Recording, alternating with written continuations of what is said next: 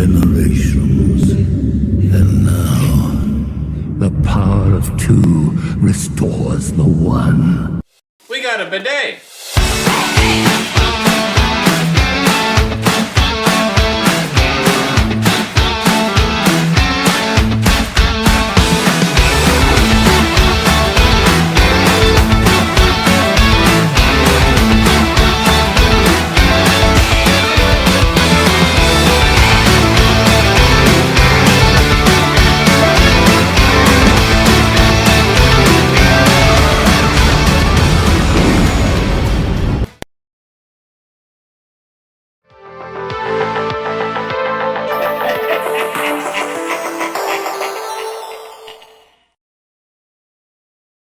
Hey everybody, and welcome back to another video. In today's Shoot the Sheev, we are talking about a parody. If you don't know what a parody is, it's something that kind of makes fun of another thing in some way, shape, or form.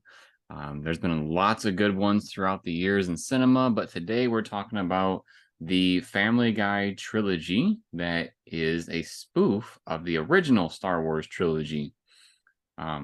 Probably going to talk to you about some cool fun facts about these movies first, or shorts, I should feature. I don't know what I would call them, honestly. Shows, just because they're an hour long. But also talk about the shows themselves. So some of the interesting things, like behind the scenes stuff for these specials, is that one, it was greenlit because George Lucas absolutely loves Star Wars. There was a thing going on where Family Guy would have so many different like Star Wars references in there, where eventually the executives were like, yo, if we keep doing this, somebody's going to say something and we're going to get in trouble. Like, we're going to eventually have to work out some sort of deal with Lucasfilm. And so Seth MacFarlane and, the Family Guy group approached George Lucas.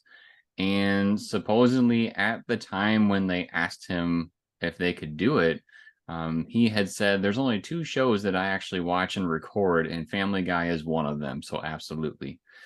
So that's how they got the license to go ahead and, make a parody of Star Wars. And one of the interesting things is that they started with A New Hope because, that's the original Star Wars film. But it's called Blue Harvest because that was one of the code names for Star Wars back in the day. Instead of just calling it Star Wars, they would refer to it as Blue Harvest. I did not know that. Yeah. It's the only one that really has like a well thought out title, because Empire is called something Dark Side, which is a reference to a Family Guy reference of another Star Wars parody clip. And then It's a Trap is Return of the Jedi, and we all know what that's from. Admiral Akbar. I honestly thought Blue Harvest was referring to blue milk. Kind of. But ultimately it is the code name that they used for the original Star Wars. The other thing that I was going to say about some of the behind the scenes stuff was that so they made Blue Harvest, and really that was the only one that they intended to make. But because it was so successful, the Family Guy group was basically forced by Fox to go ahead and make the other two. And we actually get a little bit of a plug-in at the beginning, I believe, of It's a Trap with the crawl, where they kind of say, we didn't want to do these, but we were kind of forced to. And so here you go. And I wouldn't say that I feel like the specials were, less interesting or anything like that as they went. Like, it didn't seem like they didn't care about it, so they just put something together. But it's kind of funny that they make an effort in the third special to point out, like, oh my, we're running out of characters, so now we're using other characters. So then not only is there people from Family Guy, there's also people from American Dad and the Cleveland Show, which are other Seth MacFarlane led shows from Fox. So kind of a I did fun not know he thing. did those shows too. Yeah, basically anything with that same style of animation, it's Seth MacFarlane at the head of it all. I think he even plays in He plays an American dad, because I'm pretty sure he's a dad.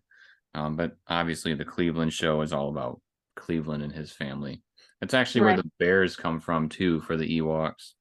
Oh, I didn't recognize them either. So I guess we should give the audience a little bit more of a perspective too of, where are we coming from on these specials. So for me, I grew up watching Family Guy, and I don't know what season I left off on, but I watched probably 7 or 8 seasons worth of Family Guy while I was growing up. And then I just really haven't followed it since. I would love to eventually make time to go back and watch the ones I haven't seen, or just rewatch some of them that I haven't seen in a while, because um, honestly, the ones that I remember are like the very first few, because whenever I would have hangouts with friends when I was younger, that's what we would watch because it was hilarious. And so I remember the first couple of seasons vividly compared to everything else. Sarah, what's your experience with Family Guy? What's your background? It's what we would watch when there was nothing else to watch. At least for me, I wasn't super into it. My brother liked it a lot more, so sometimes I'd watch it when he had control of the remote. You know, those lovely brother-sister rivalries with who's controlling the TV. Um, I didn't really have a great appreciation for it before, but the older I've gotten and the more I've learned to laugh at pretty much anything, uh, that wasn't meant to be an insult, although it Oh, kind of sounded like one. I just meant I'm more open to different styles of comedy. That's a better way to describe it. Um, I don't know. I've seen a handful, but probably not more than 30 episodes total, which if you think of how many seasons there are, it's not a lot, but it's enough to understand like their style of comedy and the main characters. yeah. How many episodes are there of Family Guy? This I don't know. So I'm taking a guess and I'm gonna say 280. That's what my gut's telling me. it says as of November 12 of 2023, so as of yesterday, um, the 414th episode was aired. So that's pretty crazy. I did not know there was I that wasn't even many. close. Yeah, there must have been a new episode or something yesterday. I don't know. Like, why would they pick yesterday in particular for that? Um, but yeah, so that's kind of, where we're coming from with Family Guy. And then of course we're going to talk about the movies too. But before we get into that, before we, go into talking about the specials themselves, one thing I wanted to ask you, Sarah, was, you just mentioned what your background was with Family Guy, and since we've been together, which has been a long time, I think it's 9 years total. See, Almost 10, but yep. 5, 2, and 2. um, so since we've been together, we haven't really watched Family Guy together. It would usually be a thing where if I put it on, you would just deal with it, and then, um, yeah, you really didn't ever watch it unless it was just something in the background. Sounds So about accurate. what would you say is your, like, how approachable was the specials? I know there's a handful of things in there that are, um, kind of like inside jokes if you've seen the show, but not everything was. Because they make tons, just like the regular Family Guy show, they make tons of references to things that are, outside of the Family Guy realm. So, what did you think? Could somebody that doesn't like or has not seen Family Guy still enjoy these specials if they're a Star Wars fan? Somebody who does not like Family Guy, ooh, that's gonna be hard. Somebody who just because it's kind of it's a very similar comedy style, you know, in terms of spoofing on things. Somebody who is not familiar with Family Guy, there's not a whole lot of inside jokes that I think you'd really miss out on. Um, these movies, each one of them starts with the main family, like in their normal show. The power goes out. So the dad, Peter, tells the story of one of the Star Wars stories. And so then they jump into the actual Star Wars story that they're talking about for that episode, right? So from that original family, I guess one of the inside jokes that you might not pick up on, for example, and this is really the only one that I can think of that's like you're not going to get it unless you know the show, is that of the two kids, Meg is really not the favored one, the girl, the daughter.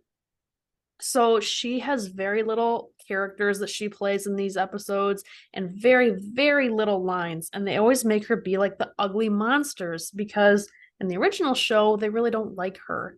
Um, that's really about the only inside joke that I can think of that's like drastic. Everything else, either I didn't pick up on it myself and it didn't affect me because I was still able to enjoy it, or that's all the other ones that there are. Maybe you can speak to that in terms of other like major things that I may have missed. So there's at least one more that I know that you knew was a Family Guy reference. Because you said it's so stupid, but I laugh every time. The guy that, oh no, that Oh, guy. So that was like something that really they are leaning on the Family Guy comedy of that. Um, but I but feel like that's funny whether you know it from the show or not. it is.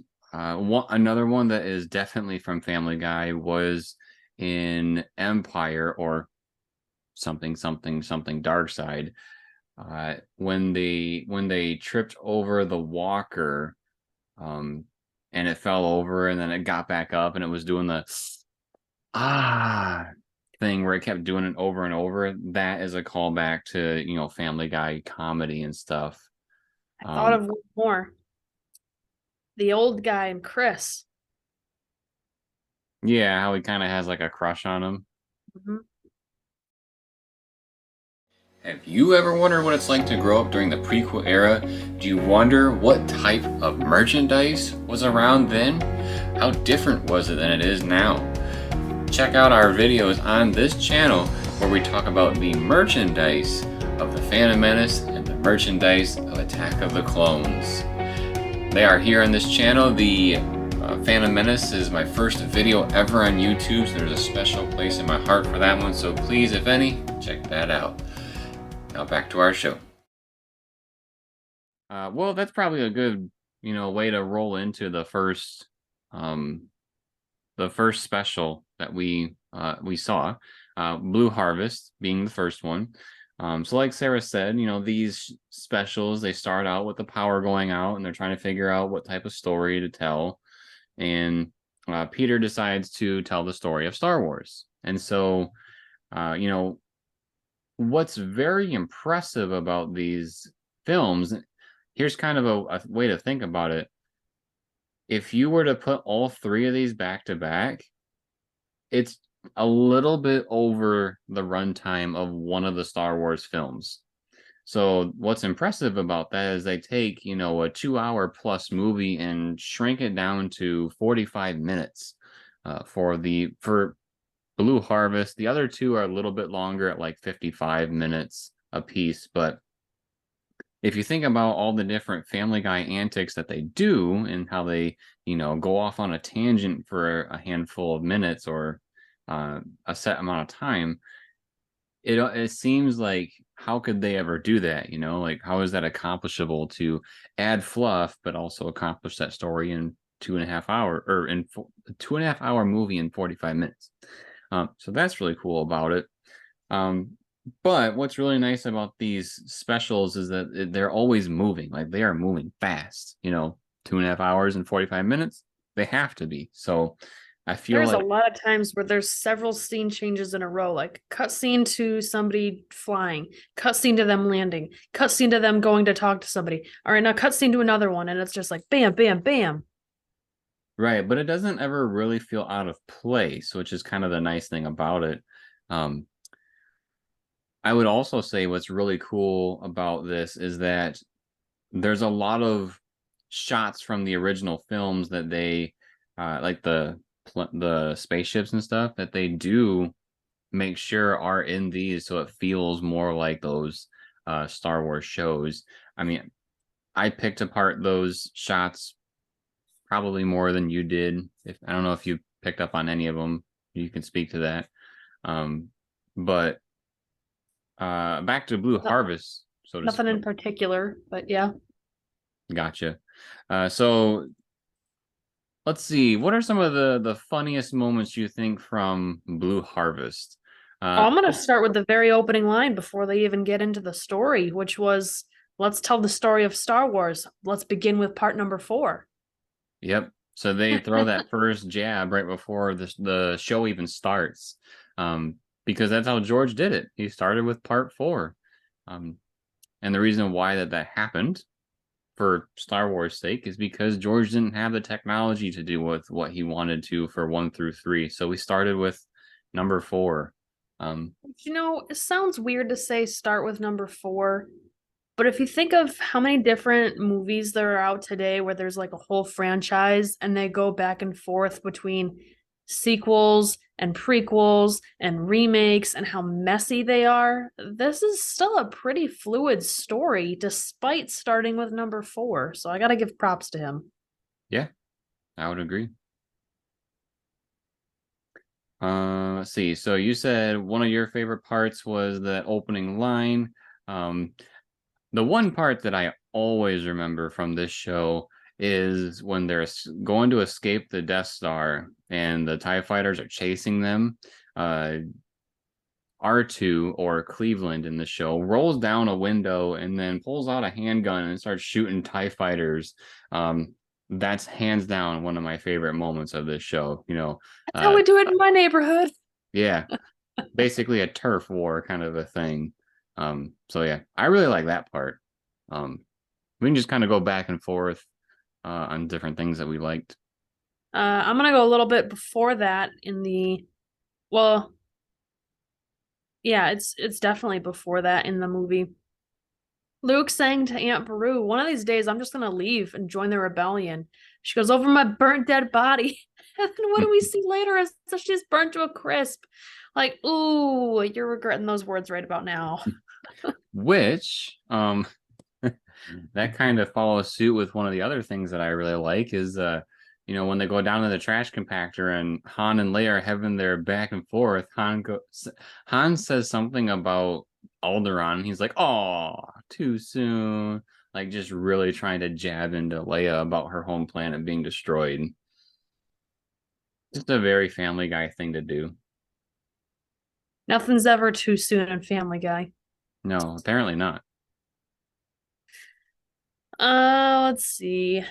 I'm gonna skip to the Cantina Band, and they say that they take requests, right?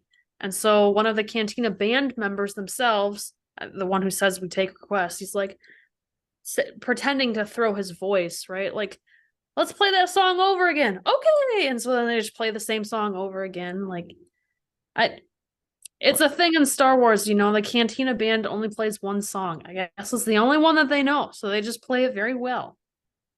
And just little things like that. Yeah, definitely. My next one is, cannot forget the famous scene from the Family Guy Star Wars in particular, and that is trying to get the couch out of the trash compactor. And this is a great couch.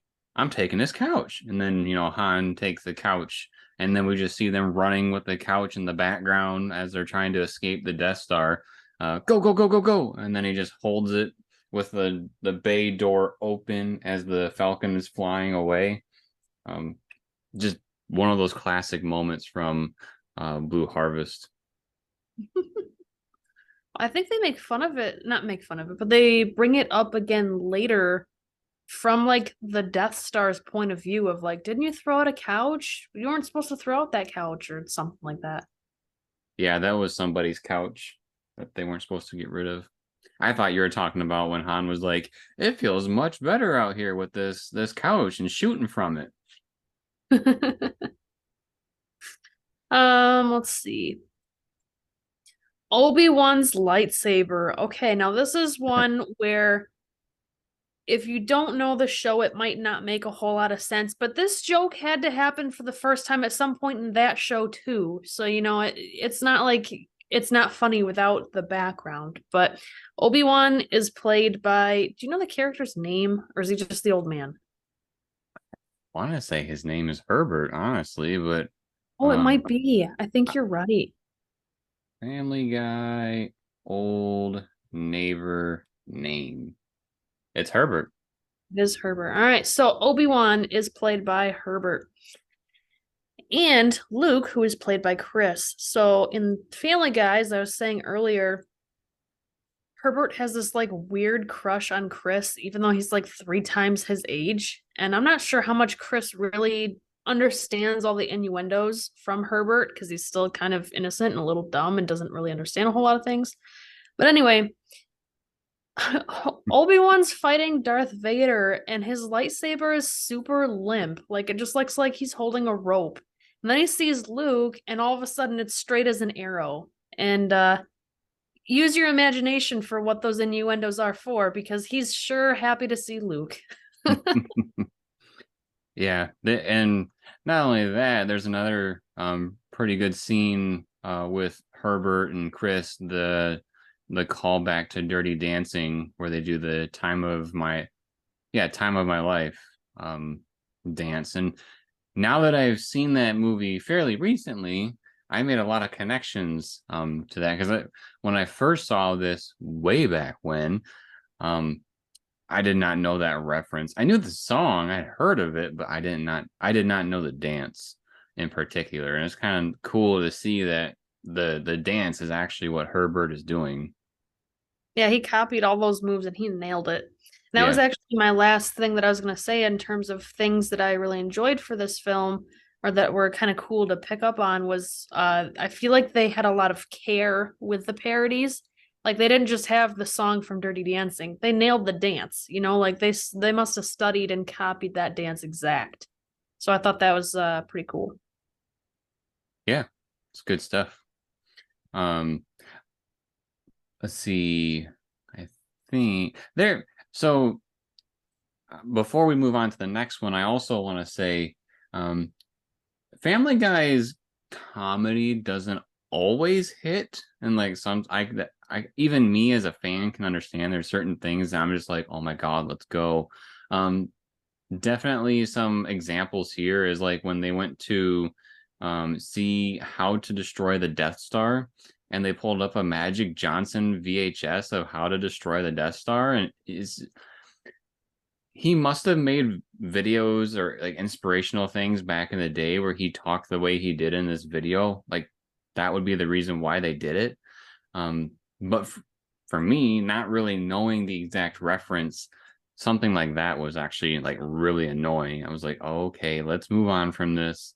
And sometimes Family Guy does that with a handful of different things. But I feel like to that point, if you don't get the reference, you don't get the reference. yeah, and so it can really slow it down for us at times. But yeah, there's tons of other cool stuff in this one. I would probably argue that this is probably my favorite of the bunch, just because I feel like their heart and souls went into this one because this is the one they really wanted. Not saying the other two are terrible or anything, but this is the one that was like supposed to be their amazing project, and it's what made them earn the other two as well. So let's see. Let's go ahead and move on to something dark side, which is, again, that's a reference to a little bit that they did in the Family Guy show with the Emperor, and so they decided to use it for their title here. Nothing special as far as a behind the scenes thing, aside from the fact it's from Family Guy. So we're following Empire Strikes Back on this one, and coming off of the first one, like once the story of Star Wars is done being told from the first one, we go back to the family and they start talking again. And one thing that they start saying in the first one, and then it carries on to the other movies, is that Chris and Peter are having this back and forth on Seth Green as an actor and his projects that he does. And it's funny because the guy that plays Chris is Seth Green. And so, it's one of those, if you know situations. But it's kind of funny to see how much they, dig into each other. Because by the third special, they're even starting to rip into Seth MacFarlane too. Have you ever wondered what Amazon coffins are and what they're full of? Well, we got you covered here on the channel. Check out our playlist of our Amazon coffin unboxings, where Sarah and I open up boxes that have Amazon returns, and we share with all of you what we get in each of those boxes. If you ever wanted to get into liquidation and want to know what types of things you can find, check us out. Now back to our show. But yeah, so the second movie, the power is on, they're watching TV, and the power goes out again. So we must have to, tell more stories to make the time pass during the night. And so Peter decides to tell the second story of Star Wars, which is Empire Strikes Back. And again, we get another opening crawl that is pretty interesting. They say something along the lines of, we could be doing better stuff with our money, and we could just put a animated elephant across the screen, and they actually do, and they're like, that costs $53,000. We could have done better stuff with that than just $53,000, or better than having a purple elephant go across the screen. So there's some funny little things going on there with the opening crawl. We all know the story of Star Wars if we're going to see these, so they don't dwell on retelling the crawl from the original. So yeah, let's see, what are some of our favorite things from something dark side? Probably one of my favorites, it's not necessarily funny, quote unquote, but I like how they do a parallel to Rocky IV, when Chris is training with Yoda. And so we kind of see, Chris do some training, and then we see Drago, the Russian from Rocky IV, doing part of his training montage, and they go back and forth. And so it was kind of a funny little callback to, again, some other famous movies. We got to see the Cookie Monster in the form of the Wampa. We did. Yep, the Cookie Monster. And I guess he wanted to invite Luke to the snowball or something like that. And because Luke chopped his arm off, he said, no, ain't gonna do it. Right around that same time, we got to see also some AT-ATs wearing Crocs. Why not snow boots in the snow? I don't know, but they were wearing Crocs. Yeah, I was kind of wondering why Crocs in particular, but I guess I think it's because if you were to pick a shoe to laugh at, most people would say Crocs. No offense. But I would probably agree with that. But yeah, that was funny to see, some of them in Crocs.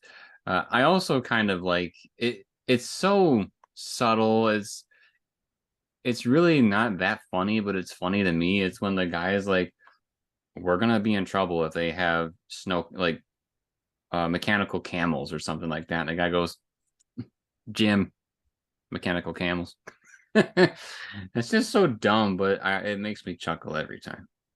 You mean like asking everybody if they want a bag of ice when we're in Hoth and there's literally snow and ice everywhere? So I didn't really think that one was super funny, but the character did. He enjoyed himself.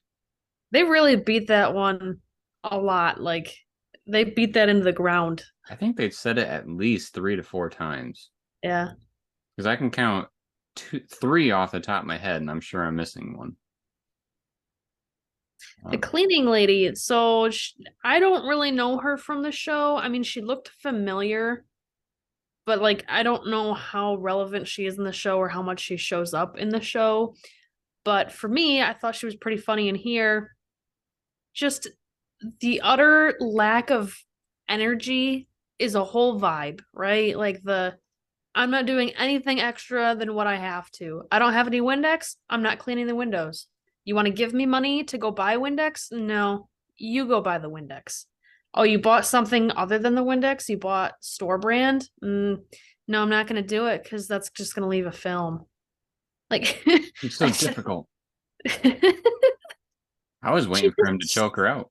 She just doesn't care. And so I thought that was pretty funny. Yeah, that was a good one. Let's see.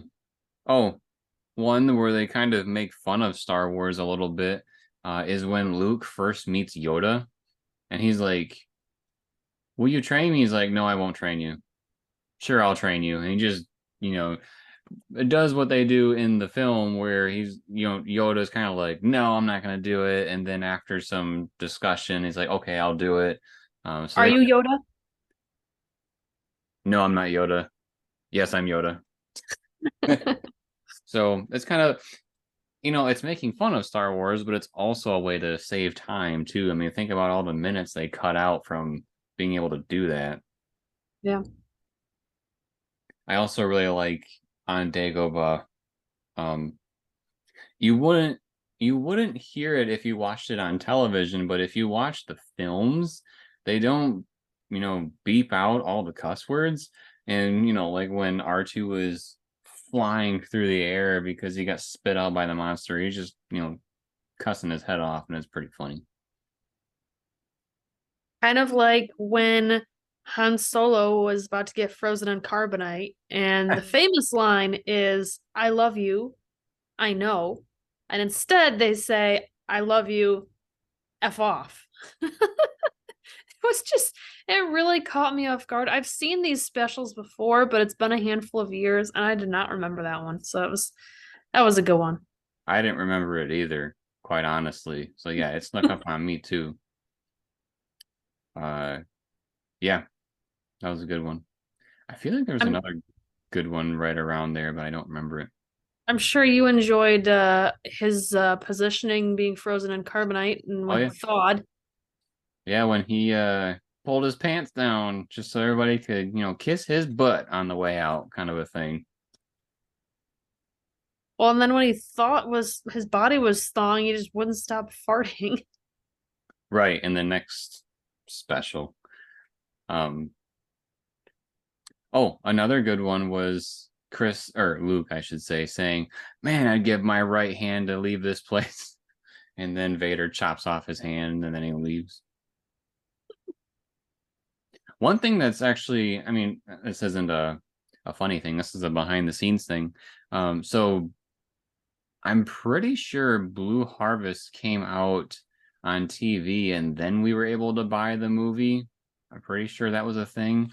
But when this one and It's a Trap came out, I'm pretty sure these were released as, direct to Blu-ray specials instead of on TV first. So this movie, didn't have to have all the bleeping out as opposed to Blue Harvest when we all first experienced it. So, seeing what you mentioned about the "I love you, I know" situation, that really caught people off guard right away when we all heard that too. So Well, yeah, they wouldn't want to put it on TV because they want the cash grab. We know people want this, so now let's make it so they have to buy it. right. Yeah, you had to pay for it if you wanted to see it, right away, or you had to wait a while to see it on TV. And you didn't get the full experience either because then you had to, have things bleeped out while it was on TV. Yeah. Let's see. I'm trying to think if there's. Oh, Meg was the space slug in this special, and it's funny because this is the first time that she actually speaks up and is like, "Why don't I get any lines?" And then Peter comes back and he goes, "Shut up, Meg." And if you know the show, that's another callback to some of the Family Guy comedy. I believe there was an episode where Meg like really upset Peter or something like that, and just the whole thing, he's like, "Shut up, Meg." And so that was a callback.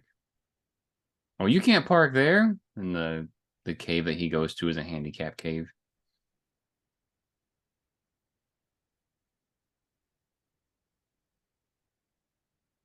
Did you have any others for this one? No, that was it for this special. All right. Do you enjoy taking a look at Black Series figure collections? Well, then we have a playlist for you. we take a look at all the newest Star Wars Black Series figures that we can get our hands on and share them with you.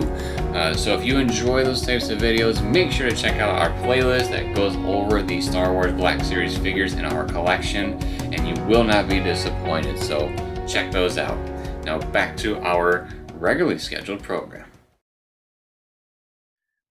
Okay, so we're gonna go ahead and talk about the final special from the Family Guy trilogy of Star Wars spoofs. We got It's a Trap. Of course, this one follows Return of the Jedi. It also has the same formula where the power goes out and they're trying to tell a story.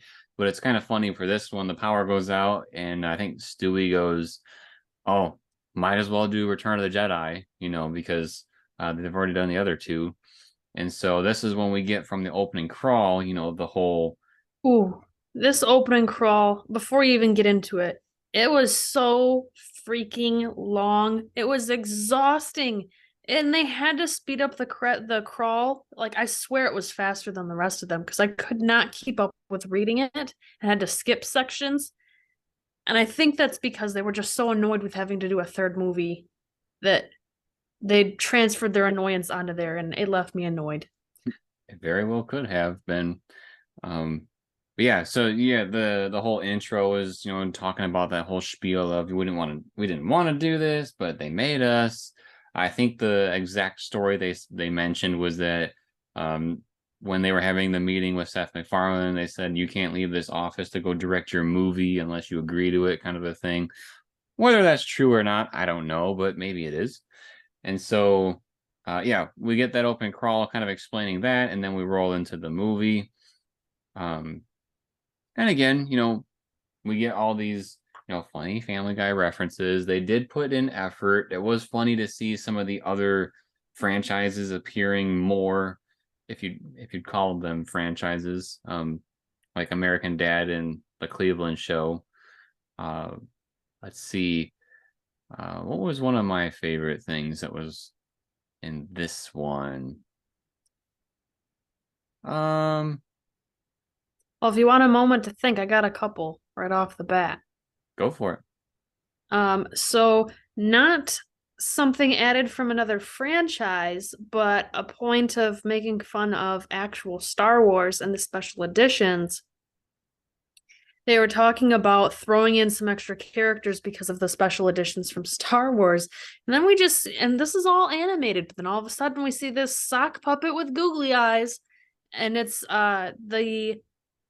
the singer dude from Jabba's palace. I don't really know how else to describe him. He's the guy who, you see his tonsils when he's singing because he's like, But they use a sock puppet instead because it's just so unnecessary.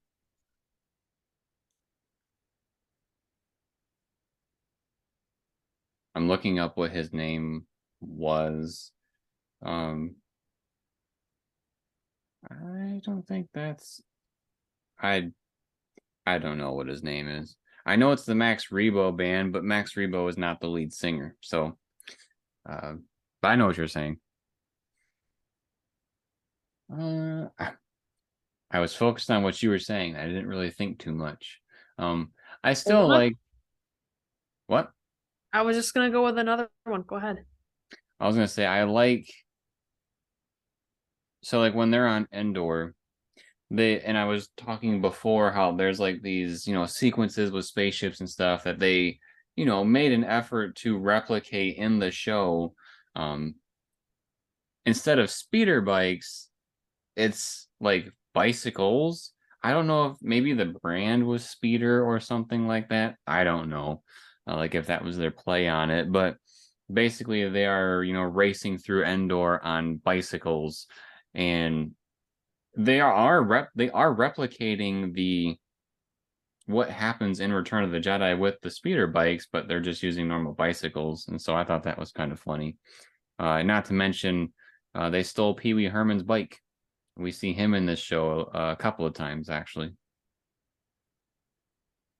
I was just about to imitate his laugh, and now I don't know that I can do it. It's just so classic and so iconic. I love Pee Wee Herman. Okay. Another one of the ones that I had was when Jabba is wanting for them to put Luke in the Sarlacc pit, and he's basically trying to say, like, throw him in. He says, Mila Kunis. Which, if you know the voice actors from the original Family Guy, is hilarious because Mila Kunis is who voice acts for Meg, and in this episode, Meg is the Sarlacc pit creature. And you can tell because she's got her like pink beanie on that she's wearing all the time. Right. So I thought that was a funny little plug-in if you're able to pick up on it, because normally you can't understand what Jabba's saying, but you could a couple of times in here. So right around there, arguably one of the most iconic moments from this parody, but honestly, it's the part that I hate the most in the show, is when they're looking at each other and it's just going from one character to the next for just way too long, and we keep hearing the tuba being played as they, keep nodding to different people around the Sarlacc pit, and You got to that make sure everybody's on the same page, Jeremy. oh, I know, but I will say that's one of the things that sometimes bothers me about Family Guy is they do something and they just take it too far or do it too long, and this is one of those examples. I'm not a big fan of this scene just because I feel like it's a time waster, and it's not the only time they do it. They do a very long version when Luke is supposed to be pushed into the Sarlacc pit, but then they do kind of a shorter version when Chewie says to Han, like Boba Fett is here, and then Han is like, okay, on my go, and then they just kind of look at each other and start nodding back and forth, and it's just like, you guys, let's go. This isn't one of those funny things where it's funny because it happens in a set of three. Thank God we didn't have a third set of this. I would agree. I think the idea was funny, but if it was half as long, it would have been just as funny and taken up half as much time. Yeah.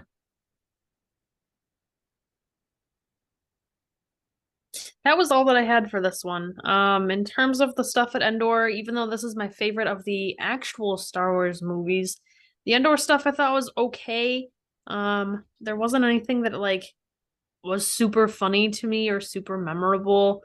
I think if I had to pick something that was kind of like a iconic thing was when they were talking about the Ewoks being ready for battle because they've had all of 5 minutes to prepare. Because in the actual movies, they, weren't really ready for battle, but then all of a sudden they had all these booby traps everywhere ready, like as if they knew a war was coming. So it's just kind of crazy. Yeah. One thing I can appreciate about this special, which I would argue that they kind of do a better job than the Star Wars film itself, is that when we see the Battle of Endor and the Ewoks are shooting like their arrows and stuff, we actually see like the arrows go through a stormtrooper's helmet. There was one that took like 3 arrows to the gut, and it showed how these Ewoks could potentially take down the Empire. Whereas, when we see it in the actual film, we just see them throwing rocks and stuff at the stormtroopers, which doesn't seem, super plausible that would actually do anything considering how much armor that they're wearing. So I think they did a better job with that of actually showing how it could actually happen. I guess the last thing that I want to say about these specials is that one last kind of like really cool thing that they did was if you bought the physical copy of the trilogy set, they actually emulate the trilogy box set from when the VHS tapes or the DVDs came out. So like the first run of DVDs, the box set, there was a silver set and a gold set. And I'm pretty sure if you got the Blu-ray version, you got the gold set, and then they had the Family Guy characters replacing the Star Wars characters that were on the box. And then I think the DVD version was the silver one, which is just like another thing that they did with that box set. It's kind of one of those things where if you know, like if you had that box set when you were younger and you got it when it came out, that you would make that small little connection. But again, Seth MacFarlane and all of them are huge Star Wars fans. They want to make their product, stand out, be amazing, and emulate what Star Wars did. And so that was another really cool touch that they added, even with the packaging of their product. Okay. Pretty cool. I think I can remember at least one of them that you're talking about where Chris from Family Guy is on the cover and he's like got his arms held high and holding a lightsaber above his head. Like Luke. Well, so all the individual cases, like for the individual specials, all of those are emulating the original posters. So you have that, but then the box set that they all come in together, that box set also emulates the Star Wars box set from before, like the casing of it. I So got yeah, you. they did it in multiple ways, not only the box set itself, but also the movies individually were emulating those movie posters from back in the day. So that's pretty cool too. Okay, so that was this week's Shoot the Sheev. We like to do these mostly on Wednesdays, if we're able to. Times are busy, but come back, check us out again. Make sure to like and subscribe, turn on notifications, and then, as always, everybody, thank you for watching. We'll see you next time.